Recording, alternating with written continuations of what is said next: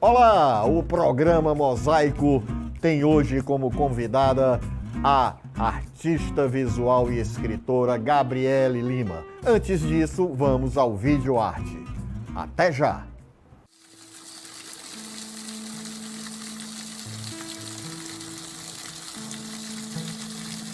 Achei na paisagem a beleza das cores, o desenho traçado pela mãe natureza. Andei pelas palavras que o tempo não apaga. Lance de vista, criei nortes, estações.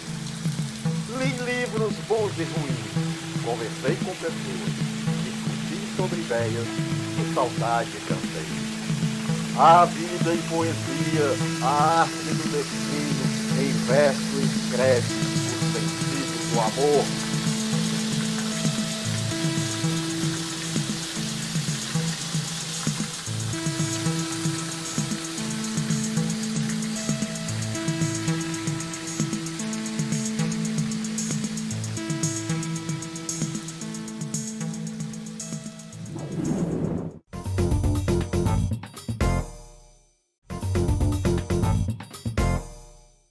E o programa Mosaico hoje traz como convidada a artista visual e escritora Gabriele Lima. Seja bem-vinda. Muito obrigada, Totonho. É um prazer estar aqui no seu programa e falar um pouco sobre o meu trabalho. Olha, eu digo muito, Gabriele, eu lhe conheço, foi um presente que o nosso saudoso Dante Diniz me deu. Então... Eu ia participar, ele me convidou para uma exposição, eu disse, quem é que vai participar mais? Tudo, aí ele falou em você. Aí chegou aquela menininha assim, tímida, tal, com os trabalhos guardados, né? E eu, curioso para saber, porque eu disse, essa menina tem valor, para o Dante estar assim, né, com esse... Né? O Dante foi muito importante, né, na tua trajetória. O Dante, ele foi realmente uma figura que acreditou no meu trabalho, né, desde o início, e ele disse que eu poderia realmente sair, né, ir para fora, assim, do país. Ele acreditava muito, me estimulava a ir para fora. E não bastante, ele era uma figura muito próxima em relação à mentoria. Ele realmente me dava todo um direcionamento, né? Ele dizia como é que eu deveria explorar, que linha eu deveria explorar mais no meu trabalho, né? E assim, realmente era uma pessoa que eu respeitava e confiava muito. Assim como você, né? Porque a gente se conheceu através dele, né? Foi. Nós fizemos uma exposição juntas e realmente eu era um rostinho muito ingênuo ali no meio de grandes figuras, né? Tava começando e tal. E assim, fico muito feliz em estar naquele momento do lado de pessoas tão talentosas, né? Gabriela, interessante que chamava a atenção, por exemplo, no teu trabalho, mesmo assim, na imagem, né, na pintura, tudo, mas revela muito conteúdo muito de quem lê. Tu tem muito hábito de leitura, sempre teve? Sim, eu sempre tive o hábito de ler, mas assim, quando mais velha, depois da faculdade, né, eu graduei em moda. E na minha faculdade de moda, eu sofri uma forte influência dos meus professores, que a maioria era artista, né, artista visual. Cláudia Sampaio era minha professora. Então, assim, a minha faculdade, embora fosse de moda, era muito voltada para o conceitual, era muito artístico, né? Então, assim, eu visitei exposições de Vico Muniz, fiz relatórios e eu fui cada vez mais me apaixonando, né, por um universo que eu já conhecia. E aí, a partir disso, a fruição de ideias, ela começou realmente a fluir, né? A ficar a todo vapor. Interessante, você está falando na moda aí, a ligação da moda com arte, né? Por exemplo, aqui no Brasil, o Aldemir Martins fez desenhos para a Ródia, né? Que na época, né? Dos tecidos. Mas na questão da estamparia, eu acho muito legal o trabalho do Matisse. Sim, Matisse, não é? Maravilhoso. Inclusive, as cores. Inclusive, o Matisse chegou até a fazer desenhos para Papa.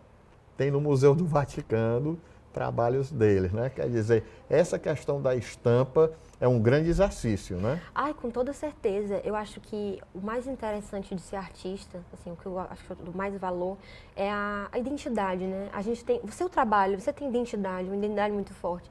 Eu tenho a minha identidade própria. Nós somos dois artistas que temos identidades distintas e fortes, né? E eu valorizo muito a questão da identidade artística. Eu procuro não sair dela, né? E eu acho que a arte, o fato dela, a gente ter a nossa identidade, ela pode reverberar em todos os campos, né? A gente pode explorar a nossa identidade reproduzindo estampa, em produtos inúmeros, né? E eu acho que o que o artista tem de mais valor realmente é a identidade. E a minha identidade artística, ela é focada no vaso, né? Eu busquei me aperfeiçoar e nessa busca eu realmente encontrei ali na história da arte o estilo natureza morta e me apaixonei perdidamente.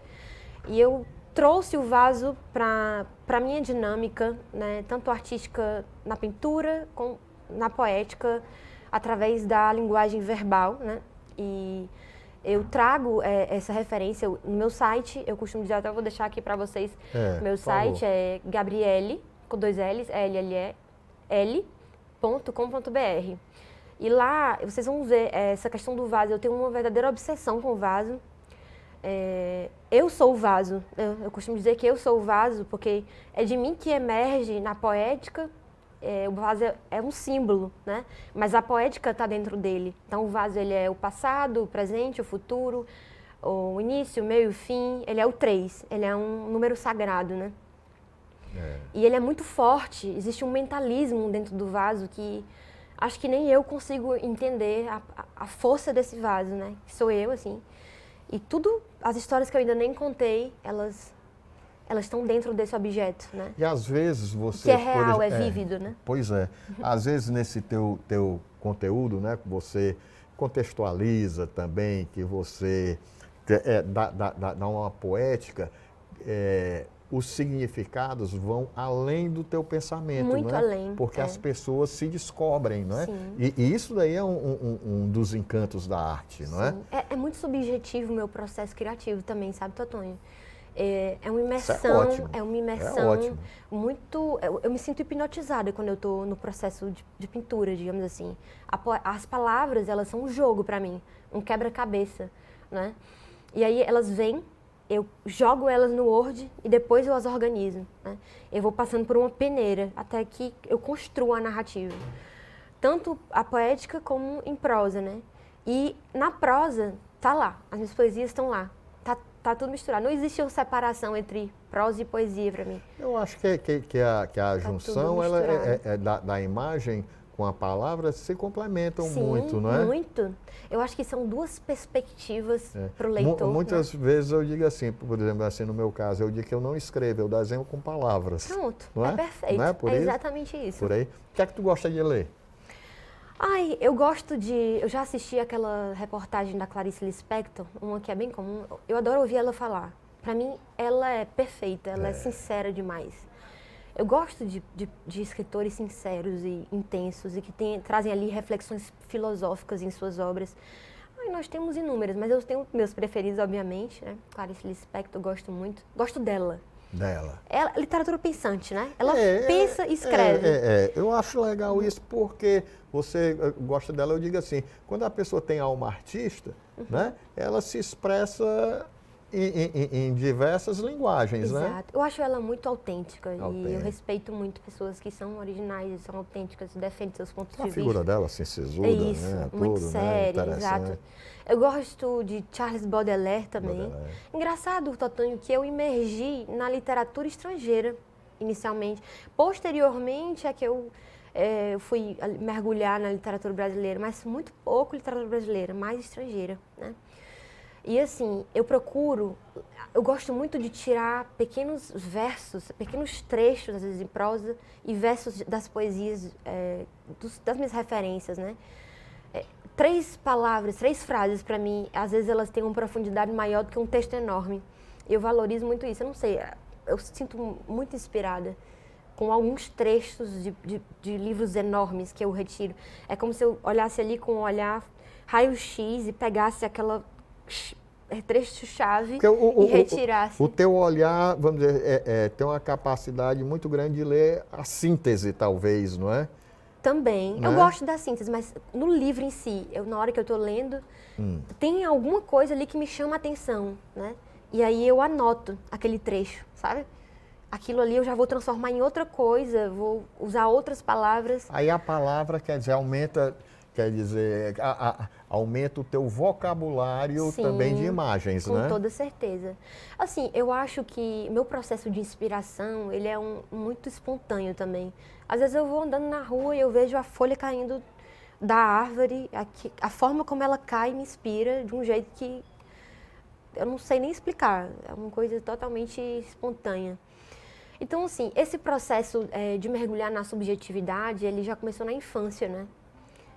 Eu explorei a arte, acho que comecei com 12 anos, acredito eu, e com o dedo, né? Eu colocava minhas emoções para fora, explorava através de forma subjetiva, né? Sempre com subjetividade. Depois... O dia da criação, né? Então... Né? Vem o toque dos dedos, né? E assim, eu procuro ficar um pouco observando tudo à minha volta, os detalhes, sabe? E é isso que eu trago para o meu trabalho. A poética, ela é uma fonte que jorra infinitamente água pura. Eu disse isso lá no meu feed do Instagram, né? É porque é isso que ela é para mim. É uma profusão muito grande, é muito intenso o fluxo de ideias. Então, quando as poesias, elas vêm, elas me invadem, né? Elas podem vir a qualquer hora do dia. Tenho que estar com um celular na mão para anotar as ideias, um bloco de notas do lado da cama. Enfim, é um processo alquímico, né? Eu costumo dizer que eu não sou nada. Na verdade, eu acho que é inspiração divina, assim. Eu não acho que eu seja digna de produzir, né? A arte realmente é divina. Né? É uma bênção, né? O Elomar Filgueiras, né, que ele é das Barrancas do Rio Gavião, um grande compositor, ele dizia que todo artista é uma antena receptora. Ele diz que tem a arte, então, dependendo do artista, ele alcança aquela onda que tem e capta o seu trabalho. É mais ou menos isso? É, mais ou menos isso. E a filosofia também, eu recebi uma Agora, forte influência. tu gosta muito, né? Tu tem uma formação, assim, de muita filosofia, né? Construtivista. Jean Piaget. Sabe Jean Piaget? Piaget? Legal. Ave Maria, sou muito grata a Jean Piaget. Piaget tinha aqui, era o Lauro Oliveira Lima, que era um grande estudioso do Piaget aqui. Que a escola dele era piagetiana. Eu estudei no Canarinho, né? Sim. E depois no Sapiens. E tinham muitas feiras de filosofia, né? Todo ano uma feira. E havia, meu professor, eu costumo conversar com meu irmão, que também estuda na mesma escola, né? E com o mesmo professor. Como é o nome da segunda? É Sapiens. Sapiens. E foi na Sapiens, o professor Marcelo. Meu professor era o próprio Sócrates, né? A gente costumava dizer, meu Deus do céu, nós temos uma escola pré-socrática e o próprio Sócrates personificado como nosso professor, né? Então, assim, é muito fantástico, né? Existia realmente uma fruição de ideias muito grande e a gente não tinha completado nem 18 anos ainda, né? Exigiam que a gente pensasse e tivesse uma opinião própria a respeito das obras. Platão e o Mundo das Ideias, eu mergulhei nisso, é fantástico. Lá vem Aristóteles com o mundo material, o Banquete. Né? Leu o Banquete? E o Banquete é uma profusão, né? Fala sobre arte, política, tudo. E é fantástico, é muito profundo. Platão era profundo, né? Eu acho que é isso, sabe, Totonho? É a profundidade que me atrai. Tudo que é profundo me atrai. Eu tento realmente me aprofundar. E eu sou um vaso, né? O vaso é um objeto, parece um objeto inanimado, mas à luz da poética eu dou vida a ele. Ele é um corpo multifacetado. Ele tem vida, ele dança, ele canta, ele... Enfim. Abriga. Também, ele é intenso. Intenso. Ele é questionador, ele é cheio de dúvidas, insaciável, para descobrir novas formas de fazer as coisas. E eu me considero uma modernista também, porque eu gosto de inovar, eu gosto de descobrir novas formas de fazer o meu trabalho, novas formas de pensar. E eu estimulo meu cérebro a nunca estagnar. Meu cérebro está sempre, eu estou sempre forçando ele a engrenagem. Eu lhe conheço, você é bem inquieta, sempre está com a coisa, né? Exatamente. Quando você acha que dali vai parar, você já toma outro rumo. Exatamente. Não é? Eu gosto muito de mudar. Eu adoro mudança, né? Mudança, para mim, ela me tira do status quo e me faz ver as coisas de uma maneira diferente. E eu estou sempre em busca disso. O conhecimento é uma aventura muito prazerosa e eu sou uma aprendiz nessa estrada, né? Vai durar toda a minha existência, essa busca pelo conhecimento. E é isso, eu espero que as pessoas elas possam também se encantar com o conhecimento e com a educação, né? Eu gostaria, inclusive, Totonho, de agradecer a figura do meu tio, Edgar Linhares, né? Já falecido, presidente do Conselho de Educação, claro. que foi uma figura que esteve próximo de mim na infância e me incentivou muito. Então, assim, se hoje eu estou nessa profissão de ideias, da busca pelo conhecimento, é graças a ele, graças ao incentivo Um grande educador, dele. Edgar, Um grande né? educador, exatamente. Então, assim, eu sou muito grata também ao professor Marcelo Braga, né? Que é uma figura que é o meu mentor. Ele recebe aí todas as minhas dúvidas, meus questionamentos, minhas reflexões e me direciona, né? Ele conhece meu trabalho, minha produção, as minhas narrativas como ninguém. E agora eu estou lançando um livro, chama-se Corpo Lúdico. Eu exalto a poética, né? Através da linguagem verbal e não verbal. Então, assim, o espectador ele vai poder desfrutar da minha construção poética através dessas duas perspectivas. Assim, nessa tua experiência, vamos falar sobre poesia concreta, mas vamos dar um intervalozinho, a gente volta já, Sim. tá?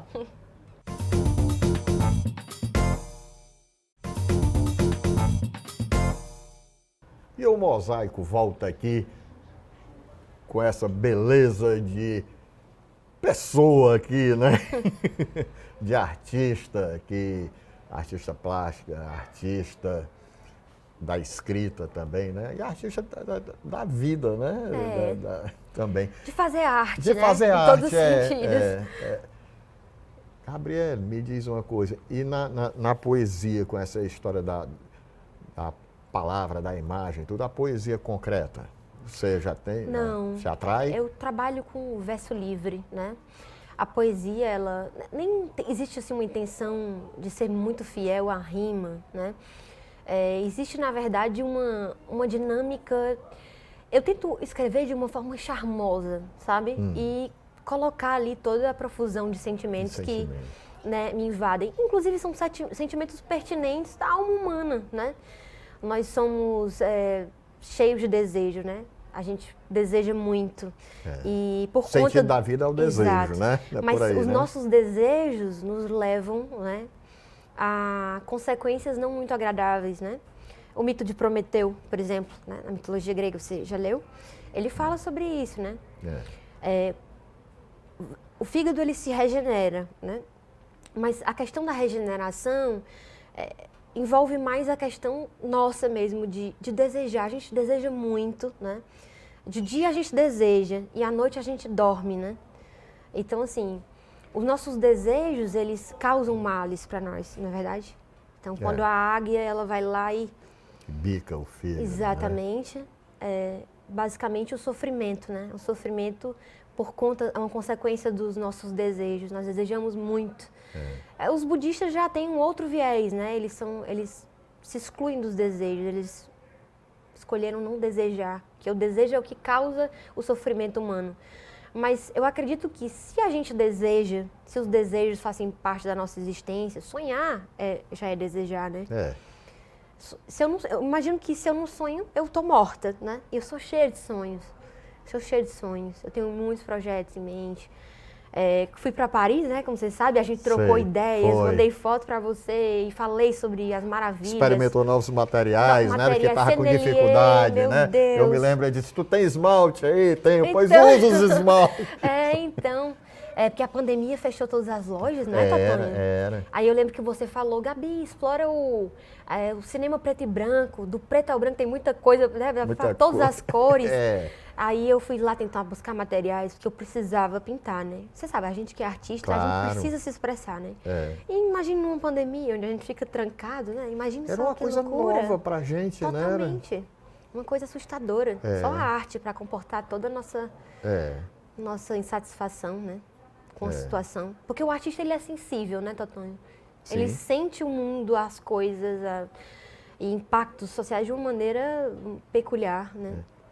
Porque a gente muitas vezes pensa assim que o o processo criativo é só prazer, uma coisa muito prazer, mas é muito dolorido também, né? A gente doloroso, coloca... né? Assim, Exatamente. né? Eu costumo dizer, Totônio, que a tristeza Sofrido. sabe vecejar, né? É. A tristeza sabe vecejar e os melhores versos que eu fiz foi baseado em sentimentos não positivos, né? E tudo bem. Eu acho até, sabe, que o escritor é um artista, né? Não existe separação. Total, não, é uma linguagem, não. né? A gente vai explorando as linguagens, né? Eu acredito que a pintura, ela me levou à escrita, né? É um processo de reflexão. Claro. E a arte contemporânea o sujeito supera o objeto, né? O conceito supera o objeto e eu comecei a escrever, né? Porque eu queria realmente... Eu comecei a olhar para a minha obra, as minhas obras, meu trabalho artístico. Aí dá vontade de conversar. Exato. De olhar criticamente e escrever a respeito. E eu acho que esse processo é maravilhoso, é um processo de aprendizado, de autoconhecimento, né? Eu valorizo muito isso, o autoconhecimento, eu busco demais. Apesar de ser jovem, 30 anos, eu busco o autoconhecimento, né? E é isso, assim, novos materiais, experimentar novos materiais, redescobrir a forma de fazer, reinventar-se. Compartilhar. Né? Compartilhar conhecimento também. Eu acho que uma das minhas maiores necessidades atualmente é compartilhar conhecimento. Compartilhar o meu pouco conhecimento, né, assim, com as pessoas. Eu tenho feito esse trabalho, tenho tido muito tempo, porque eu estou me dedicando à construção de um romance, né, que está em andamento, inclusive uma personagem extremamente complexa. É um grande desafio, né? É, muito. E assim, eu tenho tido pouco tempo, mas eu quero muito, né, algum projeto voltado para ensinar. Eu acredito que a gente tem que disseminar o conhecimento, né? O Brasil ainda está engatinhando um pouco, né, na leitura, a gente precisa estimular, né? Eu digo assim, em todos os escritores, né? As pessoas que estão produzindo literatura, a Academia Cearense, enfim, o governo, todas as instituições de um modo geral, precisam acreditar, né? Que os jovens podem produzir literatura. Inclusive, eu acredito que isso pode reverberar internacionalmente, né? Para nós, pode ser muito bom para o Brasil, para o Ceará. E eu acredito na educação. Sabe que eu sou igual ao meu tio, né? Ele tanto que me incentivou, meu tio Edgar Linhares, que eu fiquei apaixonada por conhecimento. Então, eu sou tão sedenta. Porque o conhecimento, eu digo muito assim, partindo assim pro pensamento popular, né? Ninguém é feliz sozinho, né? Então, o conhecimento só para você... Não é válido. Né? Não é. Eu digo assim, a arte nos ensina, assim como o bem, o conhecimento, só vale a pena se for compartilhado. É verdade. Né? Acredito que sim. E essa história de você começar...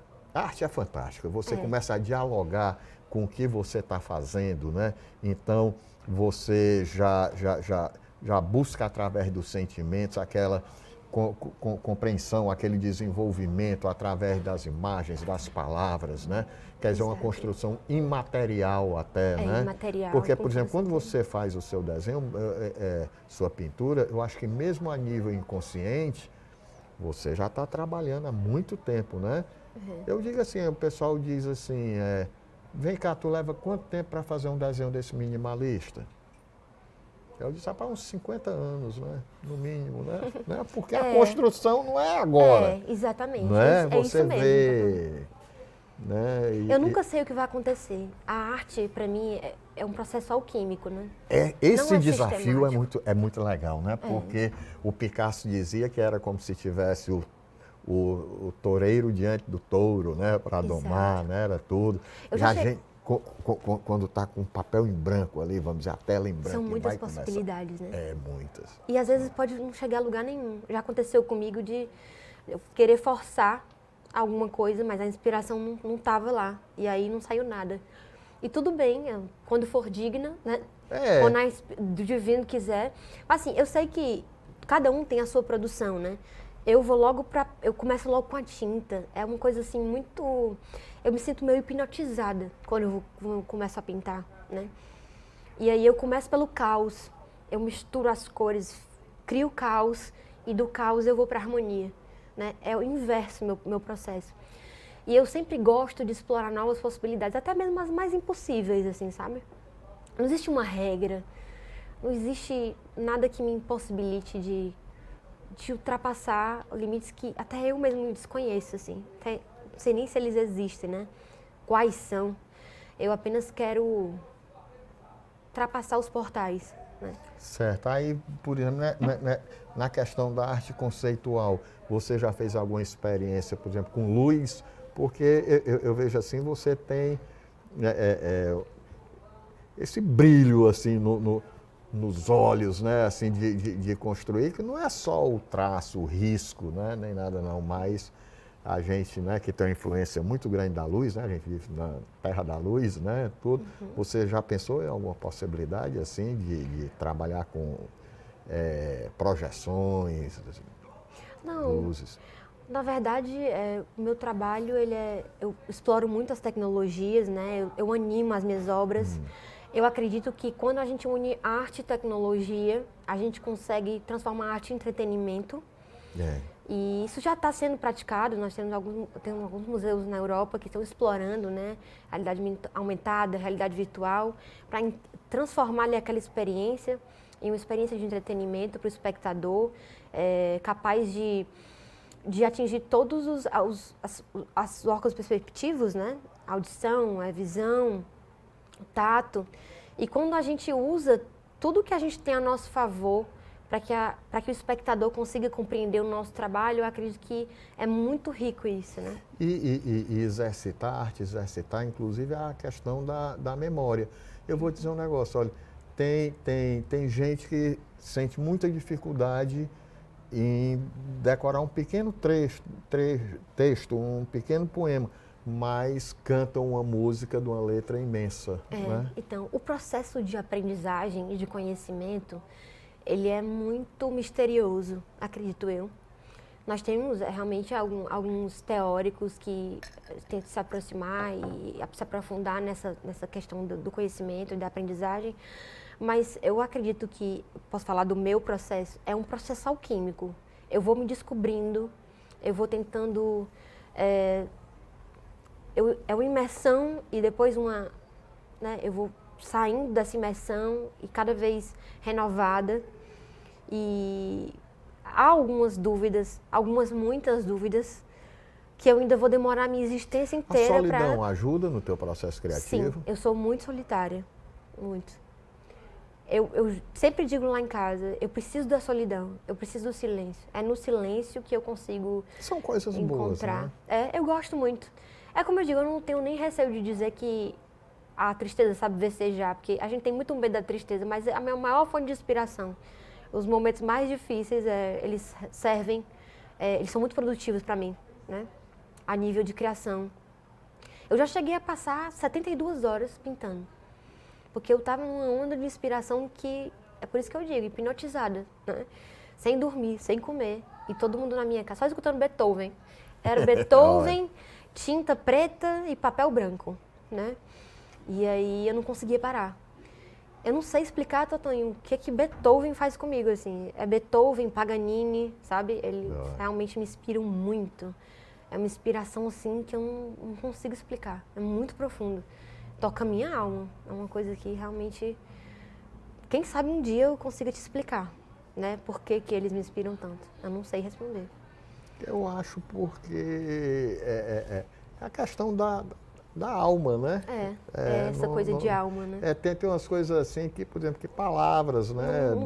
Não conseguem não explicar. conseguem dizer de maneira alguma, E né? sabe, às vezes, eu gosto muito de pintar também, desenhar ouvindo música. E é muito bom, muito, né? muito. Principalmente música assim, clássica, né?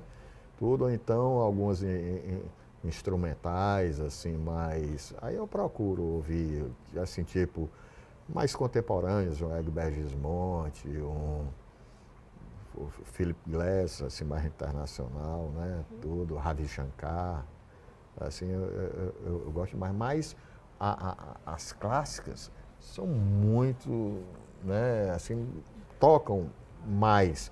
E outra coisa, elas são muito ricas de sons, né? Então não tem aquela repetição, nem nada, né? Talvez a intensidade de Beethoven pode ser algo que... A forma como ele tocava nas teclas, né? Porque Moonlight é uma sinfonia que eu gosto muito. E ela tem tanto em presto agitato, como tem, né? Em outras frequências. Movimentos. Mas eu gosto agitato.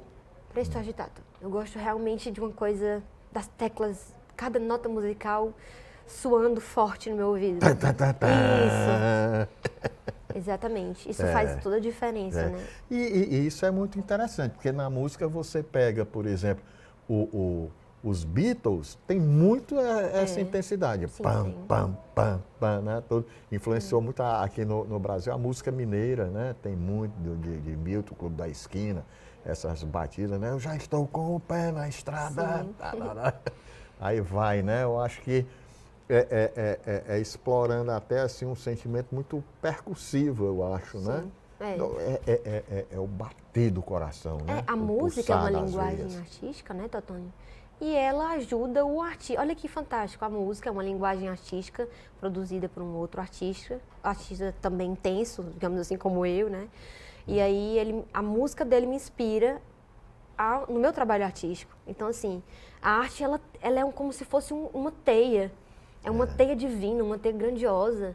E ela tem muitos subterfúgios, algumas portas eu nem entrei ainda, né? Como eu havia dito a você. Ainda tem muito o que explorar, né? Ah, tem. E isso é mágico, assim. Esse processo, como eu havia dito anteriormente, de aprender, é um processo que vai durar a minha existência inteira. E muito feliz, porque quando a gente... é uma coisa que mantém muito a gente viva. Isso. É preciso. Eu gosto muito de Queen, sabe? A ideia de misturar ópera com rock.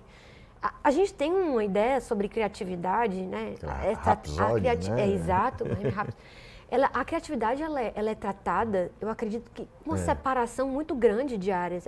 Acredito na multidisciplinaridade. Também. E também acredito que áreas de conhecimento distintas, elas podem somar. Né? Hoje, porque, quer dizer, de um tempo para cá, criaram muito as especialidades, né? Você é aquilo. Não, eu sou especializado nisso, daquilo, outro. Isso atrapalha demais a criatividade. Você pega os grandes artistas no Renascimento, né? Assim, pega o mais conhecido, o Da Vinci, né? Ele atuava em tudo, até na anatomia multidisciplinar, humana, multidisciplinar, né? E isso daí não era só ele não, várias pessoas, né?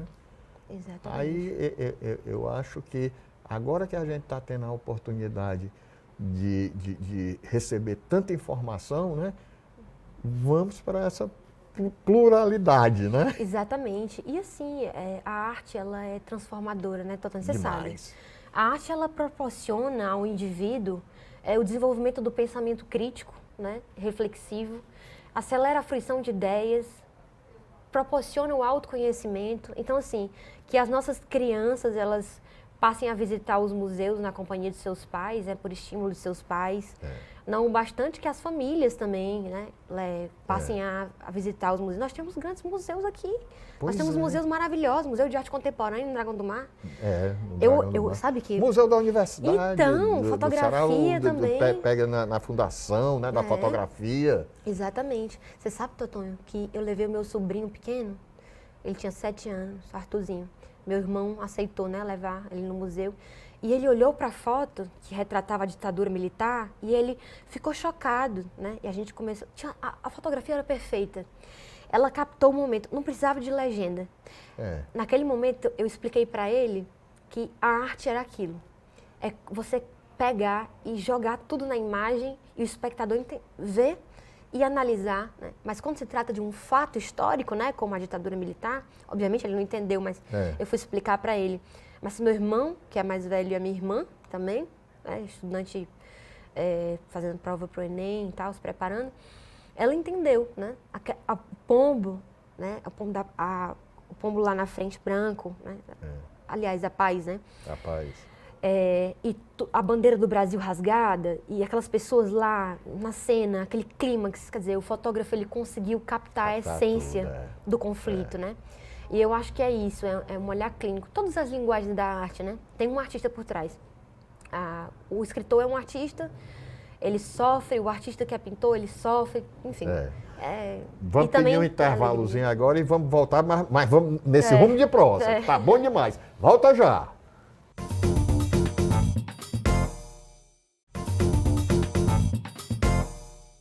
E o Mosaico volta aqui, nessa beleza de bate-papo aqui, de conversa, de aprendizado aqui, com Gabriele Lima, essa artista maravilhosa. Gabriela, é muito bom a gente ver gente em equipamentos culturais, principalmente assim, nos museus, mas quando tem criança, né, dá um alento grande a sim. gente, né, a alma São da a gente. nova geração, né? É o futuro do nosso país, é o futuro do mundo. Quem sabe entre essas crianças que vão começar a frequentar o museu através, né, do estímulo dos pais e já estão frequentando, vão ser os novos pensadores de amanhã, os novos científicos, os novos teóricos. Nós precisamos de pensadores, né? Pensadores, o século XXI é um século um pouco... estamos escassos, né? De pessoas, sim, no sentido de jovens criativos, assim, tentando mudar um pouco esse formato, né? De consumo de arte, mas eu acredito de educação. Que tem uma onda aí que está chegando, que vai mudar, principalmente, diz assim que é a geração dos 120 anos, né? Que já está nascendo, né? Sim. Assim, dos meninos, né? Já tem uns meninos que já nascem assim, parece programados, né? Então, já tem um conhecimento, né? Já olha, observa, né? Demais, né? Assim, eu acredito muito nisso, né? Eu também. Porque agora, como você disse, com educação, sabe? Educação transforma. Só a educação você é capaz de... no Piaget, o que me fascina, né, assim, na filosofia do Piaget, é a história do pensar. Estimular as crianças a pensar. Né? Isso começa no berço, né? Pois aí eu digo assim, por exemplo, quando você vê, olha, eu tenho uma preocupação que a gente deve ter muito cuidado, que é o educar com o adestrar. Exatamente. Né? O formato tradicional, ele é esse adestramento, né? A pessoa estuda para passar na prova do vestibular. E aí ela perde todo o processo do prazer, né? De adquirir conhecimento, de explorar as possibilidades. Transformar o conhecimento em utilidades. Exatamente. O que as histórias, né, da literatura elas podem trazer para a nossa vida? Elas podem nos ensinar a pontos de vista, né, distintos, de formas de enxergar desses escritores grandiosos. Pode também promover a fruição de ideias, né, porque acelera, né, as nossas ideias. Desperta o pensamento crítico também. Eu gosto muito disso, da ideia de ter uma opinião a respeito de algo, né? Agora me causou uma curiosidade grande do teu romance. Tu tá em que etapa, né? Tá na construção de personagens? Exatamente. Assim? A minha personagem, a minha protagonista, ela é complexa, porque ela sofreu abandono na infância e ela traz esse estigma para o relacionamento afetivo. E é um romance contemporâneo, com uma temática contemporânea. Urbano? Né? Exatamente. É um romance numa configuração nova, numa configuração contemporânea, que é a 3, né, digamos assim. E essa menina é uma menina que vai virar uma mulher, porque ela vai conhecer um homem, e esse homem vai encher a cabeça dela de dúvidas, né? Eu acho que o que eu poderia dizer aqui sobre a minha protagonista, não vou nem dizer o nome dela, é que ela é muito intensa, e ela vai apresentar todas as suas facetas para o leitor. Me diz uma coisa, você cria um personagem, certo? Personagem. Então, tem um determinado momento que ele cria a personalidade própria, assim... Eles têm personalidade própria. Que ele larga do teu domínio? Ele nunca larga do meu domínio, porque eu estou sempre ali direcionando, né? Eu que estou dando a complexidade, a intensidade para essa personagem. Ela nem precisaria ser tão intensa, mas eu acredito que ela deva ser, porque pessoas intensas geralmente deixam uma marca no mundo, né? Uma marca forte. Eu quero deixar essa marca para os leitores. Nas minhas crônicas, Totonho, eu disponibilizo gratuitamente, né, para os espectadores poderem ler. O intelecto é o ponto de partida para a atração física e sexual. São crônicas de cunho erótico, né? Romances eróticos, romances fugazes. E eu acredito que, se existe alguma coisa que eu posso dizer de importante a respeito das minhas crônicas, é que o intelecto, ele empodera as mulheres e homens, né? E ele torna a conversação muito mais rica, muito mais agradável. Os personagens criam uma conexão através do intelecto. Posteriormente. Existe o desejo sexual intelectual. Intelectual, não é? é exatamente isso. Essa é a intenção. E as mulheres são todas cultas, elas têm ali todo um repertório, né?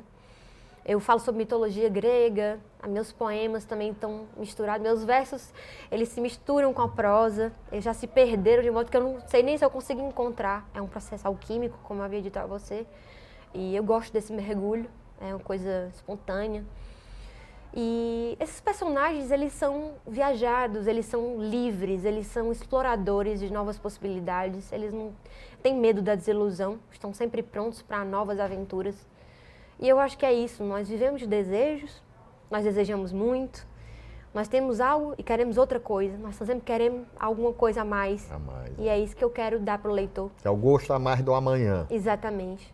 Novas paixões, novos causos, novas contextualizações, novos assuntos, novas temáticas. E sempre com foco em propiciar ao leitor um conhecimento, né? Seja mitologia grega, referências de música. Meu mentor, né, Marcelo Braga, ele pergunta, tem o que de você nessas crônicas, tem o que de você nas personagens, você está aí, de algum modo. Sim, às vezes eu estou no lugar onde eu citei, eu estou em alguma protagonista, algum detalhe peculiar da personalidade dela. Tu visualiza os personagens, sim, assim? Sim, eu consigo visualizar até o local. Sim, né? mas não chega a registrar. Registra o local. Sim, mais em desenho, assim, o tipo da pessoa? Não, às vezes, raramente. Né? Mas na minha mente, tudo é muito real, né? Na hora que eu estou escrevendo. É muito bom criar, né? É muito bom criar, Totonho. É muito bom criar. Porque, olha, eu vou lhe dizer, por isso, agora voltando a falar na solidão, por isso que eu digo, a solidão do artista é muito diferente dos outros. Olha, às vezes você está nesse teu processo criativo, nesse teu romance, tu está com uma turma imensa. Vem uma inspiração, aí, né? Com a inspiração e convivendo com esse pessoal e depois fica naquela história que tu aprende. Sim, com toda certeza. Né? O criador aprendendo com a criatura. Exatamente. Mas assim, eu invento muita coisa, né? Tem muita coisa que eu invento, assim, são ideias que eu não sei nem explicar de onde vem. Muitas vezes são coisas bem surreais, assim. Eu acho que essa minha última crônica, são 2 desilusões que a personagem sofre, Memórias de um Verão Desencantado. Então, quer dizer, apesar de sofrer já terrivelmente, ela sofre uma segunda desilusão pela mesma pessoa, um amor não correspondido, só que dessa vez na imaginação, né? Então, ela está numa praia e aí ela se imagina vivendo um romance. Imagina vivendo um romance com esse cara que a descartou e ela pega uma insolação, imagine só. E vai guardar a marca na pele, né, da desilusão. Morrer de arrependimento. Interessante essa história, assim, de um outro... É um paralelo do universo, né, que você vive, né, talvez o metaverso até, né, leva muito isso, que eu quero lhe dizer o seguinte, que às vezes, há pouco tempo eu digo assim, exagerando, umas 2 décadas, se eu fosse falar sobre um mundo virtual, me internavam, né? Está doido, ele tem amigos imaginários, né? Não sei o quê. E hoje a gente vive, né, muito esse diálogo, inclusive de mercado. Né? Quem não tá nas mídias não existe. Não existe, pois Você precisa se adequar, né, a esse novo formato, que na verdade é uma oportunidade, né? É uma oportunidade. Eu acredito, quando eu disse aqui para você que eu sou um modernista, você também é um modernista, né? Eu acredito que a gente precisa aproveitar as possibilidades que estão ao nosso dispor para que a gente possa apresentar o nosso trabalho para o mundo. Eu acredito que se antes existia uma barreira fronteiriça para que o nosso trabalho chegasse a outros países, agora essa barreira ela foi destruída por conta das redes sociais, né? Quer dizer, o meu trabalho ele pode chegar para todas as pessoas, né? Se eu falar em outros idiomas, digamos assim, o inglês principalmente, que é a língua universal, vou ser compreendida por todo mundo. E eu acho que é isso. O artista ele precisa ir para as mídias, precisa falar sobre a arte, sobre o trabalho, sobre a importância da arte para todas as pessoas. E a gente tem que acelerar, né? Exatamente, se apresentar. Senão as pessoas não vão conhecer a gente, né? Eu digo se mostrar, né, assim, no cunho de se apresentar, né? É, Porque, sim. porque você, inclusive, cresce, Sim. não é? Assim, na sua visão de mundo, de arte. E a arte, ela é fabulosa, né? Então, ela pode agregar muitos bons pensamentos, né? Muito boa gente, né? Sim, com Então, certeza. Acho que os jovens, eles têm uma capacidade enorme de pensar. Quando a gente coloca jovens para se reunir em torno de uma mesa, muitas boas ideias irão surgir desse local, né? Ideias que podem resolver, inclusive, muitos problemas do mundo, né?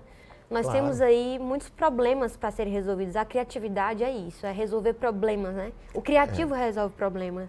E ser criativo, né? É como se diz, a arte é um ato de coragem, né? Sim. Ser artista, aí que é mesmo, né? Você tem que ter a coragem, principalmente a coragem de ousar. Ousar. Acho que é isso. Ousar. Exatamente. É onde tem muita gente que diz que na ousadia é onde você encontra